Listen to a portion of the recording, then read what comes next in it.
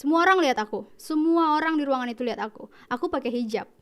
Oke. Iya, yang jelas aku adalah seorang muslim. Ini pelaku penistaan agama Islam saat itu. Kenapa aku mau jadi pembelanya? Kakak tahu apa yang terjadi setelah itu?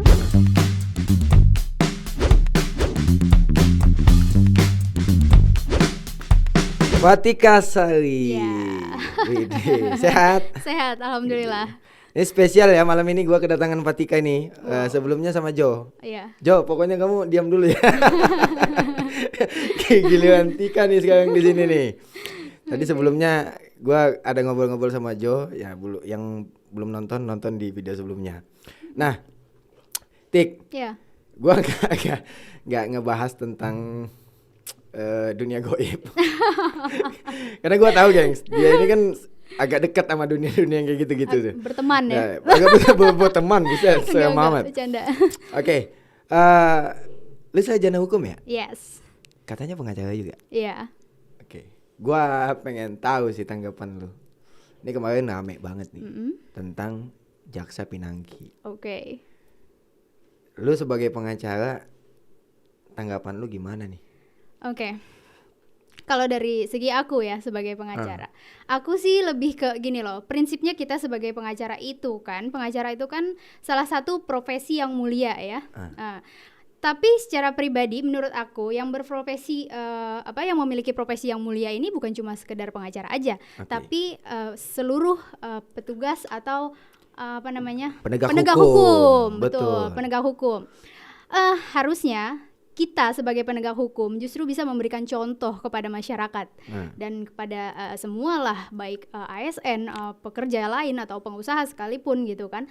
Harusnya kita yang jadi parameter untuk mereka semua untuk tidak melanggar hukum gitu. Makanya dengan adanya kasus jaksa pinangki ini, sebagai jaksa yang melakukan, sebenarnya ini bukan kasus pertama ya di Indonesia, udah banyak banget, bahkan bukan cuma sekedar jaksa, hakim, pengacara pun gitu banyak sebenarnya ya. Kalau koruptor sih mah banyak banget. Banyak banget gitu. Bahkan aku pun ada beberapa lah perkara yang udah aku tanganin tentang korupsi gitu. Sayang banget yang melakukan korupsi ini orang-orang yang harusnya bisa memegang kepercayaan masyarakat untuk menegakkan hukum gitu. Iya, sayang karena kan banget. akhirnya gini. Jaksa itu kan salah satu penegak hukum. Kemudian juga dia yang nuntut berapa lama hukumannya, betul, ya kan? Betul. Nah, yang timbul sekarang ini kok hukum kita kok kayak gini ya di Indonesia. Iya, betul. Terus kayak macam yang dibilang ya dia kan sebenarnya dapat dituntut 10 tahun gitu kan. Kemudian diputuskan untuk 10 tahun. Nah, ujuk-ujuk banding nih jadi 4 tahun. Kok semudah itu giliran jaksa gitu loh. Iya. Sebenarnya gini, kalau dari segi putusan ya itu memang haknya hakim gitu untuk menimbang, untuk memutuskan gitu kan, dengan segala pertimbangan ya tentu gitu. Terus untuk hasil putusannya itu ya jelas beberapa yang diajukan itu kan pasti yang namanya kita melakukan banding gitu kan, atau pembelaan walaupun bukan perkara-perkara korupsi atau apapun. Tentu aku sebagai pengacara juga melakukan pembelaan gitu atas klien-klienku sebelumnya gitu. Nah, di dalam pembelaan itu memang jelas kita meminta keringanan hukuman pasti. Dan di situ kita masukin beberapa pertimbangan gitu yang bisa hakim pertimbangkan.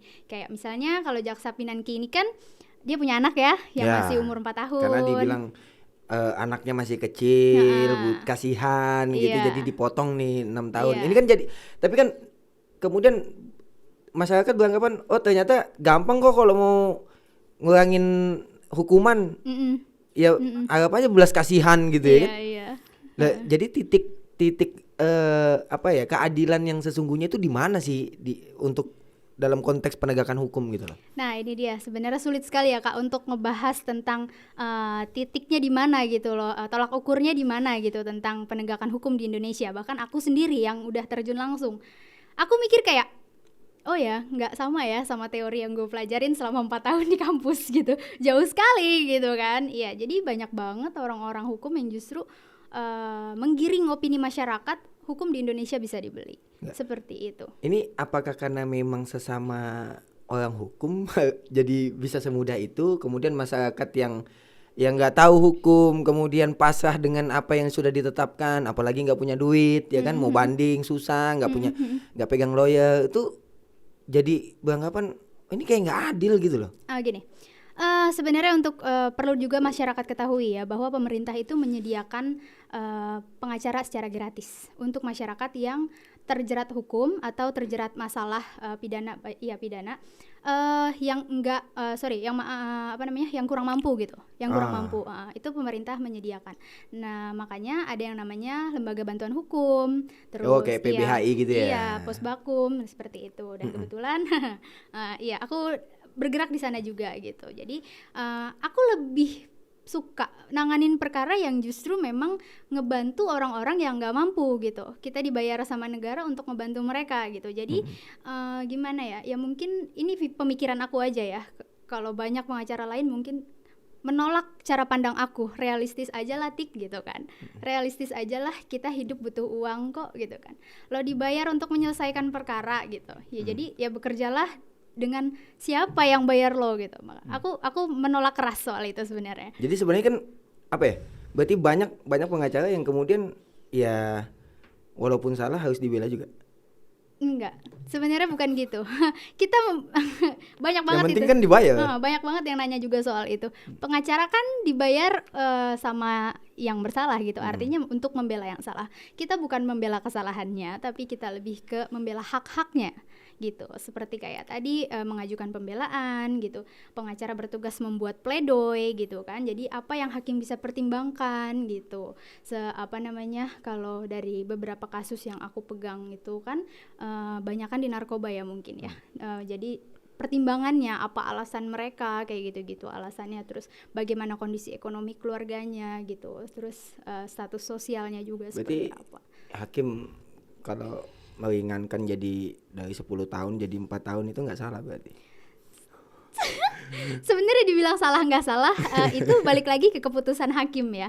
Cuma ya balik lagi yang tadi aku bilang sangat disayangkan. Sangat disayangkan kenapa? Karena ini pelakunya adalah penegak hukum. Jelas-jelas jaksa ini adalah orang yang menuntut. Ya kan? Harusnya makin besar dong ya. Iya dong. Harusnya orang yang menuntut ini yang justru berperan paling depan gitu loh. Tampil paling depan untuk menegakkan keadilan, bukannya justru melanggar hukum seperti itu. Tapi kalau seumpamanya Tika nih, aku jadi hakim. Bukan, ya atau jadi hakim lah. Jadi hakim. Kira-kira ini layaknya berapa tahun? Mohon maaf kalau saya jadi hakim, saya tidak akan memberikan kesempatan untuk koruptor berkeliaran lagi di luar. Ya, jadi gimana caranya kalau sumpahnya nggak memberi kesempatan untuk berkeliaran? Artinya hukumannya seumur hidup. Iya dong. Menurut aku pekerjaan yang paling jahat ya,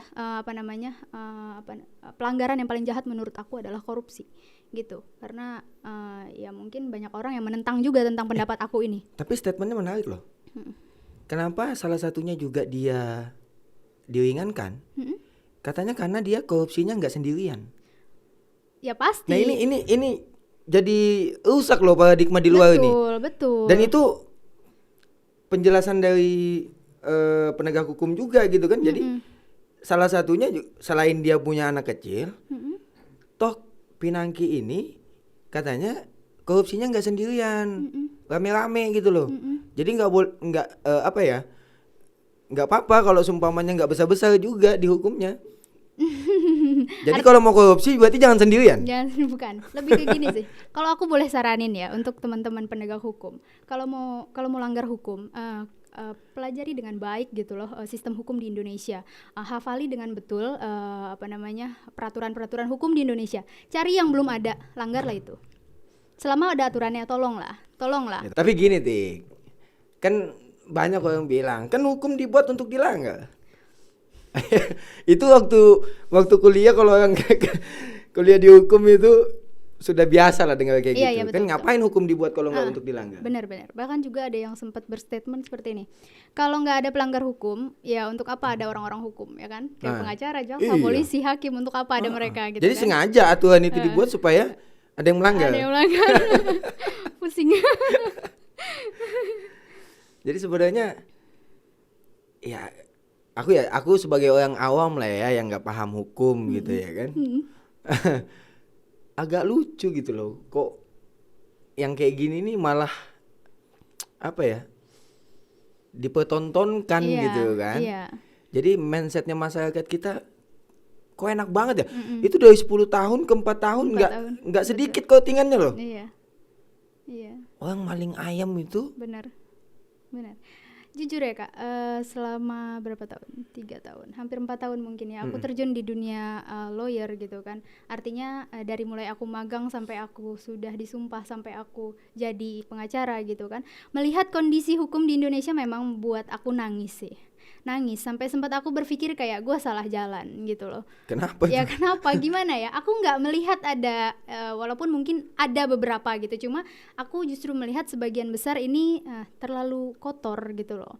Gitu sih lebih ke gitu. Terus jadi aku mikir awalnya justru aku nih tujuan awal aku kuliah hukum itu aku ingin memperbaiki sistem hukum di Indonesia. Sebenarnya. Tapi tak semudah iya, itu. betul. Sering aku bicara sama teman-teman jaksa, teman-teman pengacara lain gitu. Mereka bilang gini, iya, kalau lo belum ngadepin realitanya, lo bakal ngomong kayak gitu. Dan ya, itu nyata gitu loh, itu real. Memang kenyataannya seperti itu. Ketika kita ada di lapangan, nggak semudah yang gue bayangin ya gitu loh. Jadi ada beberapa orang yang terpaksa pun melakukan itu karena mungkin tekanan atau mungkin karena udah gue udah terlanjur nyebur, udah terlanjur basah, ngapain basah setengah, mandi sekalian kan gitu istilahnya. Banyak yang kayak gitu. Tapi lu sebagai pengacara nih, pernah nggak sih ibaratnya pegang kasus yang sebenarnya lu sadar orang itu salah gitu kan, tapi lu disuruh untuk ngebela dia? Pernah. Ya itu salah satunya yang korupsi itu. Kasus terbesar yang pernah Tika pegang apa sih? Terbesar ya, tapi bukan terberat. Korupsi. Kalau terberat, aku pegang kasus penistaan agama.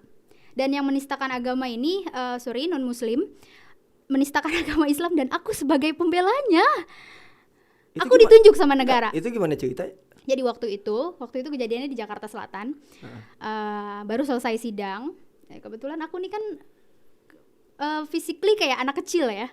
Jadi kalau dilihat sama hakim tuh, ini yakin nih magang ya gitu. Oh enggak, saya pengacara gitu. Saya sudah punya berita acara sumpah gitu kan. Jadi serius digituin? Iya, jadi aku tuh dinotis sama hakim-hakim di sana gitu. Ya anak SD dari mana itu? Iya. Bener waktu sidangnya Ahmad Dhani pun. Tapi ini bukan apa lagi body shaming. Body shaming loh ya. Kan ini pengakuannya Tika sendiri. Iya, serius. Waktu aku sidang di Jakarta Selatan gitu ketemu juga sama Ahmad Dhani. Loh, anak SMP ngapain nih pakai seragam pengacara? Serius digituin sama Ahmad Dhani. Terus? Iya sampai. Jadi aku dinotis sama hakim-hakim di sana. Waktu itu ada perkara yang masuk dan ditanya sama hakimnya, kamu udah ada PH-nya belum gitu, penasihat hukumnya. Dijawab belum. Mau dari kamu atau kami tunjuk gitu kan. Terus si terdakwanya bilang minta ditunjuk aja. Baru mau keluar aku nih nggak mau, makanya aku bangun dari kursiku mau keluar dari ruangan sidang. Kamu pengacara yang kecil itu balik badan, kamu ngapain mau keluar, dia bilang kan. Nggak nyebut nama itu. Enggak, dia nggak kenal namaku Kak. Nggak sopan sekali. Tapi dia notice sama aku. Jadi pengacara kecil. Makanya beberapa kali aku nggak datang, tiba-tiba datang, kemana aja Neng katanya. Gitu, di notice awalnya. Bapak nggak ngelihat gitu ya? Aku ada di belakang, oh nggak kelihatan. Sedih sebenarnya. Sedih. Ya gitu sampai. Jangan gitulah Pak. Ini kecil-kecil cabai rawit loh. Bapak belum berlawanan kasus aja mau dia. Jangan coba-coba buat kasus sama Tika ya. Buat netizen yang komen negatif, hati-hati. Ini saya pengacara. tidak beri ampun. Aduh ya gitu. Jadi ditunjuk saat itu. Ditunjuk ya. Aku bilang sama seniorku, kebetulan aku sama seniorku kan. Aku bilang, "Bang, enggak mau, tik profesional." Ya udah, aku duduk karena ditunjuk juga sama hakim, aku duduk. Ditanya bersedia jadi penasihat hukumnya? Ya bersedia. Semua orang lihat aku. Semua orang di ruangan itu lihat aku. Aku pakai hijab. Iya, yang jelas aku adalah seorang muslim. Ini pelaku penistaan agama Islam saat itu. Kenapa aku mau jadi pembelanya? Kakak tahu apa yang terjadi setelah itu? Saya disamperin sama beberapa anggota boleh sebut merek gak sih? Sebut aja, santai mah dipecel mah bebas. Waktu itu jadi ada anggota FPI. Sebenarnya aku nggak menyalahkan mereka benar gitu. Mereka melakukan tindakan yang sangat benar gitu. Mereka nyamperin aku dan bertanya, kenapa mau Mbak? Mbak kan muslim. Saat sidang selesai ya, sidang pertama selesai. saya pengacara, saya bilang, saya bekerja untuk negara, saya bilang gitu, dan saya ditunjuk sama negara untuk memegang perkara ini. Mau nggak mau, suka nggak suka, saya tetap pegang dan saya berusaha seprofesional mungkin. Setelah itu, saat ngomong gitu, tegas sekali, berani, balik badan, bercucuran air mata, ya Allah, bagaimana ini? Aku takut.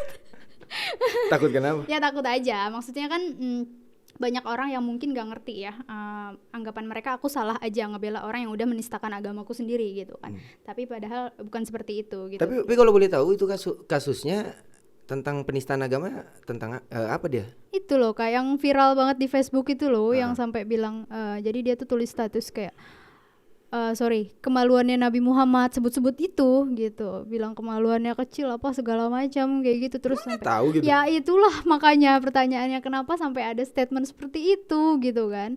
Nah terus dia bilang juga mandi sama bidadari gitu-gitu, pokoknya intinya ke arah sana gitu. Ya makanya aku bilang sangat wajar ketika saat itu ya umat muslim marah banget gitu kan. Kenapa orang yang sama sekali nggak punya kompetensi apa-apa untuk bicara seperti itu dia sampai nge-publish itu gitu sih. Makanya aku juga mikir kayak wajar banget kalaupun aku ada di posisi beberapa anggota FPI saat itu ya yang nanya ke aku, kenapa sih Mbak mau gitu kan, Mbak kan orang Islam gitu, kamu kan muslim, kenapa kamu bela dia gitu. Ya saya cuma profesional aja gitu, sebatas pekerjaan saya gitu, saya ditunjuk sama negara gitu aja sih gitu. Serem ya. Serem juga itu serem banget. Ya tapi walau alam bisawab lah ya. Yeah, tapi yang jelas kan tujuannya sebenarnya kamu atas perintah negara ya. Ditunjuk sama hakim karena memang dia nggak punya lawyer. Iya, dia nggak punya lawyer. Gitu. Tapi maksud saya bentuk pembelaannya seperti apa? Oh, bentuk pembelaannya cuma saat itu aku nggak banyak melakukan pembelaan. Aku cuma kayak pledoi pun aku nggak bikin secara tertulis. Aku cuma secara lisan. Waktu ditanya sama hakim, ada pembelaan penasihat hukum? Aku cuma nanya apakah bapak waktu itu kebetulan terdakwanya cowok kan, bapak menyesal? Iya menyesal. Nah itu bisa jadi pertimbangan hakim dari ucapan dia. Untuk meringankan hukuman. Untuk meringankan hukuman. Untuk meringankan hukuman. Aku cuma melakukan pembelaan lisan aja, cuma sebatas itu. Karena selain aku merasa aman gak nih pulang. Tiba-tiba udah dijegat aja di depan. Makanya gitu ya. itu takut banget. Nah habis dari situ sidang aku langsung dikawal sama 2 orang teman-teman aku cowok-cowok. Biasanya aku dilepas aja sidang sendiri gitu kan, karena ya memang udah bisa dan hakimnya juga udah kenal. Gitu. Akhirnya waktu kamu melakukan pembelaan diringankan enggak? Diringankan tapi nggak banyak waktu itu, kurang lebih 6 bulan lah keringanannya kalau nggak salah. Karena dia nggak punya anak-anak kali. Dia punya siapa anak. Tahu bisa kayak jaksa pinangki gitu loh. Banyak ya keringanannya. Banyak kan 6 tahun loh hilangnya. Luar biasa itu sih 6 tahun hilang ya. Tapi aku juga nggak ngebayangin ya gimana ya ngebela bukan apa ya jadi penegak hukum gitu. Nah, ini statusnya penegak hukum. Kalau bicara konteks penegak hukum, ini kita kan di Indonesia kan bukan bicara hukum agama Islam, hukum agama Kristen, Buddha dan lain sebagainya gitu kan. Tapi bicaranya ya hukum yang berlaku gitu kan. Betul. Jadi tanpa melihat sudut pandang agamanya kan gitu ya. Cuma memang jadi dilema juga kan. Betul. Kita nggak jadi pengacara. Jangan. Makanya saya juga mau mau apa? Kayaknya udah. Penting setir. Loh, sekarang kan penting setir ya? Enggak, masih ya? Masih. Konten kreator juga. Tapi mulai sekarang aku udah mulai memilih. Aku udah mulai menentukan perkara-perkara apa yang mau aku tanganin. Aku udah berani nolak kalau sekarang. Kamu pegang perkara ini, oh maaf saya nggak bisa. Aku udah berani sekarang kayak gitu. Karena prioritas aku yang nggak naif sih sebenarnya, kita kerja untuk uang gitu. Tapi bukan itu poin utamanya gitu. Tujuan utama aku menjadi pengacara itu justru dulu bukan mau jadi pengacara sih. Dulu niatnya mau jadi jaksa. Sebab satu dan lain hal. Jadi jaksa, ngikutin? Enggak. Jangan. Dan sebab satu dan lain hal, ya sudahlah jadi pengacara gitu. Tapi waktu kamu pacaran sama si Jo, itu pernah nggak sih dibilang, udahlah nggak usah lah?